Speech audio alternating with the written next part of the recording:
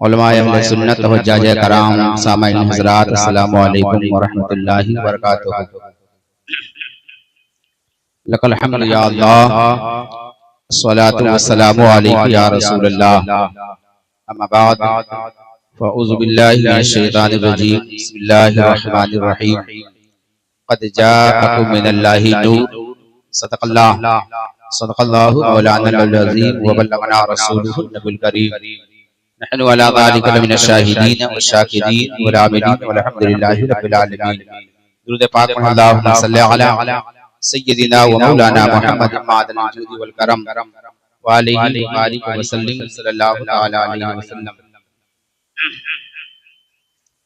अल्लाह तबारक व तआला की दी हुई तौफीक से, उसके फजल व करम से हम और आप इस नशिस्त में जमा है। अल्लाह जल्ला शानुहू हमारी और आपकी हाजिरी को कबूल फरमा ले। हम सबको भी एहसास है, खास करके हमें तो ज्यादा एहसास है आपके बारे में। भाई ठंड का मौसम भी है, प्रोग्राम के बाद खाना भी है। मैं पहले भी बोल चुका था कि बोलना नहीं है, मेहमानों को बुलवा दें, पर अब इनकी मोहब्बत है तो 2-4-5 मिनट कुछ बातें कर लेता हूँ। भाई किसी ने बुलाया है तो उसका भी ख्याल करना चाहिए। साथ में हक ये है कि हमको भी ख्याल करना चाहिए कि भाई प्रोग्राम के बाद खाना होगा। हमारे इस बिंद क्षेत्र का ये मसला है, क्योंकि पहले खिलाएंगे तो महताब भाई को सुभान अल्लाह कहने वाला नहीं रहेगा, इसलिए मजबूरी है कि बाद में खिलाना पड़ता है। पर ठीक है, ये जनाबे साहिब खाना अब्दुल हक साहब का अपना सगा बेटा बेचारा हाफिज जाफर साहब, उनकी मोहब्बत है कि अपने बहुत सारे अहबाब को, सीनियरों को, जूनियरों को बुलाया। इसी बहाने आप लोगों से भी इन सबकी मुलाकात हो जाएगी। खैर, नियत इनकी पहले से भी थी कि 12 बजे तक प्रोग्राम चलना है।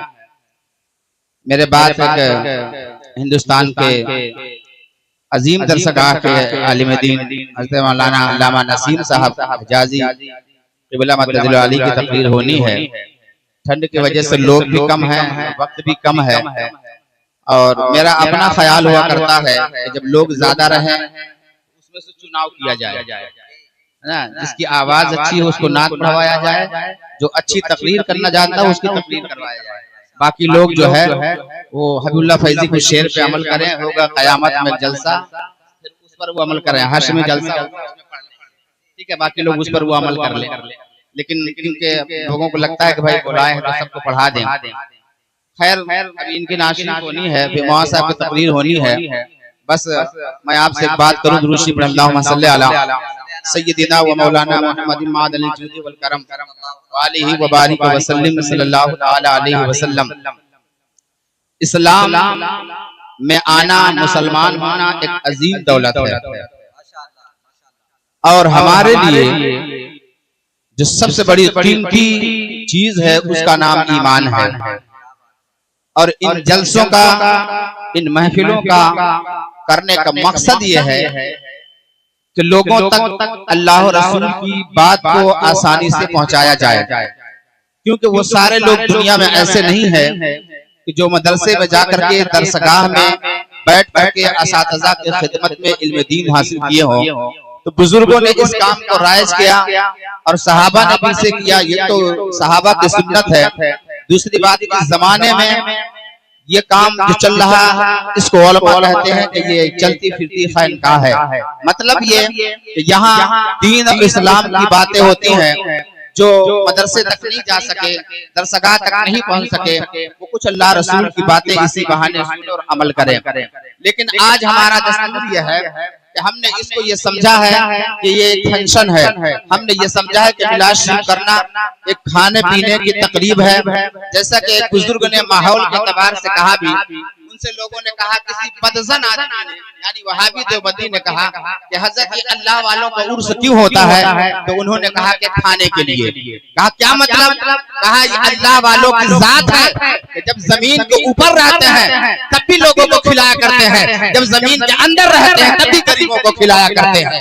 लेकिन क्योंकि जो जिसका जैसा सवाल वैसा जवाब होता है, लेकिन असल में मकसद होता है दीन का काम करना। आज हम खानदानी मुसलमान हैं, हमें लगता है कि हम कलमा पढ़ने वाले के घर में पैदा हुए हैं, हम दीन जानने वाले के घर में पैदा हुए हैं। लेकिन इत्तेफाक से अफसोस से कहना पड़ता है कि जिसके घर में हम पैदा हुए न हम दीन जानते हैं, न मेरे खानदान के ऊपर की पीढ़ी दीन जानती है, न उसके ऊपर के लोग जानते हैं, न हम जानना चाहते। इसलिए कि विरासत में मुझे दीन मिला है, विरासत में मुझे इस्लाम मिला है, विरासत में मुझे कलमा मिला है, विरासत में मुझे नमाज मिली है, विरासत में मुझे उलमा मिले हैं। हम कद्र करना नहीं जानते। और उनसे पूछो इस्लाम की कीमत क्या है, इस्लाम के वकार क्या है, इस्लाम की अजमत क्या है। जिन्होंने कोड़े खाए हैं, जिन्होंने आग पे जिसको घसीटा गया है, जिनको पर आग के पशोले बरसाए गए हैं, जिनको फांसी के फंदे में लटकाए गए हैं, आप उनसे पूछो कि इस्लाम क्या है। उसी फहरिस्त में एक नाम आता है साहबे रसूल हजरत सलमान फारसी रज़ियल्लाहु ताला अन्हु का। सलमान फारसी से आप पूछो कि इस्लाम की हकीकत क्या है।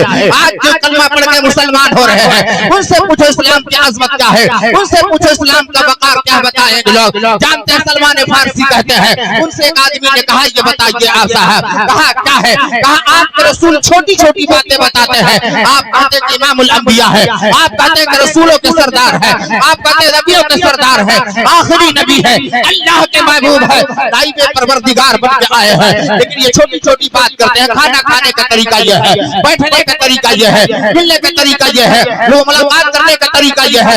ये सब छोटी बात क्या बताते हैं। सलमान फारसी कहते हैं उस आदमी से जो हुजूर का दुश्मन था, जो हुजूर का दुश्मन है, अल्लाह का दुश्मन है, उससे सलमान फारसी कहते हैं अच्छा हुआ ये सवाल तूने मुझसे किया है, इसलिए के साथ घाट का पानी मैंने पिया।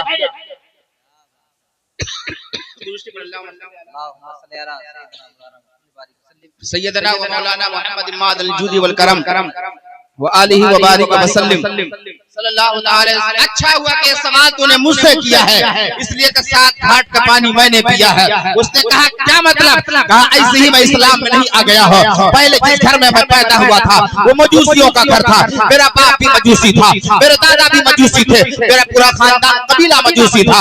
उसके बाद मैंने जब होश संभाला, जब मैं बड़ा हुआ ना, मुझे लगा कि मेरा दीन अच्छा नहीं है, इसलिए कि मजूसियत में तो खुदा आग को माना जाता है, आग की पूजा की जाती है। सलमान फारसी कहते हैं जब मैं बालिग हुआ, मुझे लगा मेरा मजहब अच्छा नहीं है, मुझसे अच्छे तो यहूदी लोग हैं, मैंने उसे छोड़ दिया। छोड़ने के बाद जब मैंने यहूदियत का दामन थामा, उसके बाद सलमान फारसी कहते हैं एक जमाने तक पादरी की खिदमत करता रहा, एक जमाने तक पादरी की खिदमत में रहा। उसके बाद एकदम आया वक्त आया ना, तो उसका दम घुटने लगा, मरने के करीब हुआ। मैंने उससे कहा महाराज ये बताना जरा, मैं जिस वजह से इधर आया था अभी वो बात मेरे अंदर बाकी है, मेरे दिल को सुकून न कल था, आज सुकून है। कहा क्या मतलब, कहा मैं मजूसियत के मजहब में रहा, लेकिन दिल दिमाग को सुकून अच्छा समझ के इधर आया, आज तो दिल दिमाग को सुकून नहीं है। दुनिया से जाने वाले हो, अब हम करें तो करें क्या। वो पादरी कहता है सुनो सुनो तुम तमूरिया चले जाना, तमूरिया जाना घर में पादरी रहता है, उसकी खिदमत करना, उसके करीब में रहना, तुम्हारे दिल को सुकून मिल जाएगा। कहते हैं तमूरिया गया, जब गिरजा घर में पहुंचा एक पूरा पादरी रहता था। एक जमाने तक उसके पैर दबाता रहा, एक जमाने तक उसके कपड़े धुलता रहा, एक जमाने तक उसके खाने पकाता रहा, एक जमाने तक उसको खाना पकाता रहा, एक जमाने तक उसकी खिदमत कर रहा। एक दिन ऐसा आया कि बूढ़ा पादरी भी अपनी जिंदगी मौत की सांसें गिनने लगा। मैंने कहा महाराज कहा क्या है, कहा जिस वजह से उधर से इधर आया था अब भी दिल में वो बात बाकी है। ये बताओ कि आप भी जाने वाले हो, मेरे दिल को सुकून नहीं हुआ है। आज लोग कहते हैं हुसैन होगा जो हिजरत करके मक्का से मदीना आएगा, जिसका नाम मुहम्मद रसूलुल्लाह होगा, जब ऐलान नबी करेगा तो कलमा पढ़ के मुसलमान हो जाना, तुम्हारे दिल को भी सुकून